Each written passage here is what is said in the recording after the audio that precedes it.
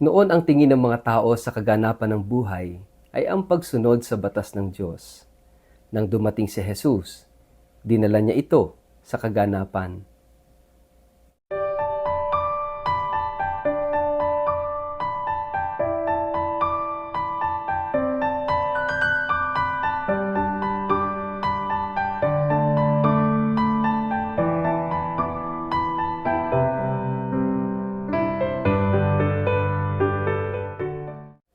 Ang mabuting balita ng Panginoon ayon kay San Mateo.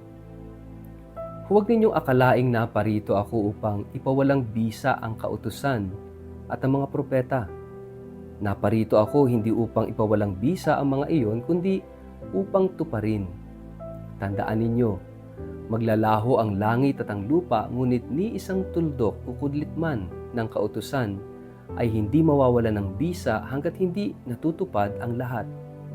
Kaya't sino mang magpawalang bisa sa kaliit-liitang bahagi nito at magturo ng gayon sa mga tao ay magiging pinakamababa sa kaharian ng langit. Ngunit ang sumusunod sa kautusan at nagtuturo sa mga tao na tuparin iyon ay magiging dakila sa kaharian ng langit.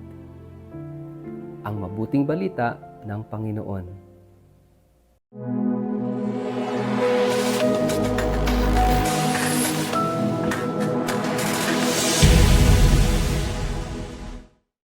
Mapagpalang araw po sa inyong lahat.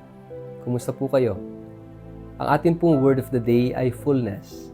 Bago po tayo magpalalim sa atin pong reflection ngayong araw na ito, kayo po'y muli kong inaanyayahan na huwag kakalimutan mag-like, mag-follow at mag-subscribe sa ating page na Word of the Day. Ganun din po pakishare ang video ito sa inyong kapamilya, kamag-anak, kaibigan, mga kakilala sa social media para po sama-sama tayo sa pagiging media evangelizers at online missionaries na nagpapalaganap ng salita ng Diyos sa mundo ng social media.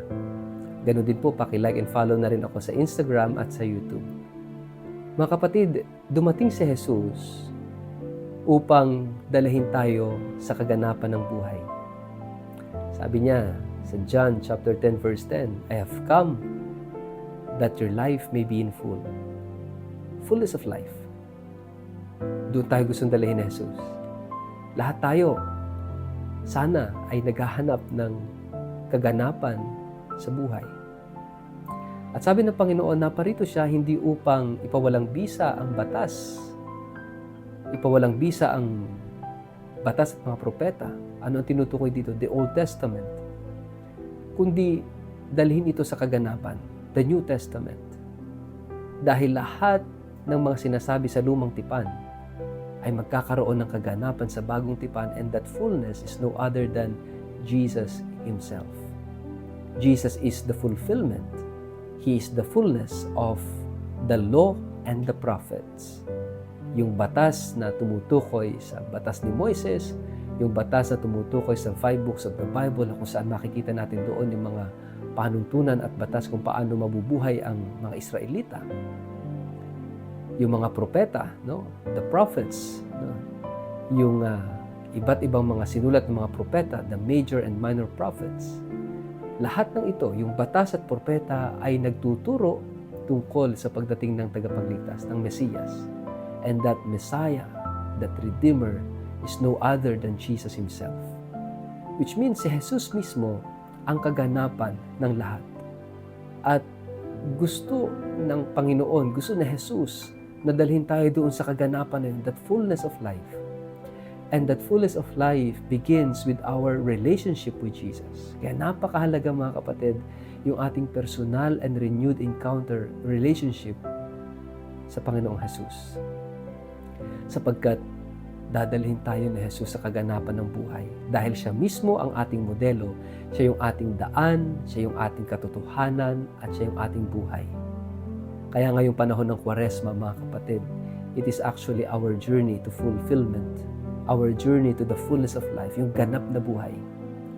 Sana po sana higit sa lahat ng pinapangarap natin sa mundong ito, sa buhay na ito, ay yung kaganapan, that fullness of life. Kinakailangan natin maging totoo sa ating mga sarili, mga kapatid, that we are not yet living that fullness of life. Hindi pa tayo, wala pa tayo ron.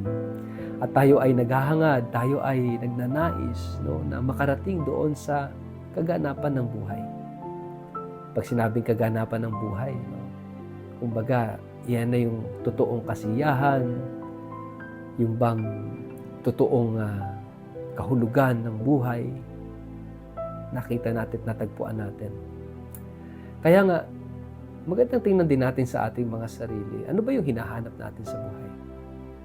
Because kapag mali yung ating hinahanap sa buhay, mali din yung ating purpose. Mali rin yung ating reasons bakit tayo nabubuhay araw-araw, bakit tayo dumidilat ang mata araw-araw, bakit tayo nagsusumikap araw-araw. If we are waking up for a wrong reason, for a wrong determination or disposition, sayang. Kaya napakahalaga na yung dahilan natin ay tama at maayos. At yung dahilan natin bakit tayo nabubuhay is because we are looking for the fullness of life. Yung ganap na buhay at kasiyasiya. At kaya naparito si Jesus upang ibigay sa atin ang buhay na yon, yung buhay na ganap at kasiyasiya. Naparito si Jesus para dalahin lahat sa kaganapan. At ito yung ating hilingin, ito yung ating ipanalangin araw-araw. Sa ngalan ng Ama at ng Anak at ng Espiritu Santo. Amen. Ama naming Diyos, naniniwala kami na tanging kay Jesus lamang na yung anak namin matatagpuan ang kaganapan ng aming buhay. Sapagkat si Jesus ang iyong anak ang magdadala sa amin sa iyo, na ikaw ang pinagmumulan, ikaw ang lahat-lahat, at ikaw ang aming buhay. Amen. Pagpalain po kayo at ingatan ng makapangyarihang Diyos, Ama at Anak at Espiritu Santo. Amen.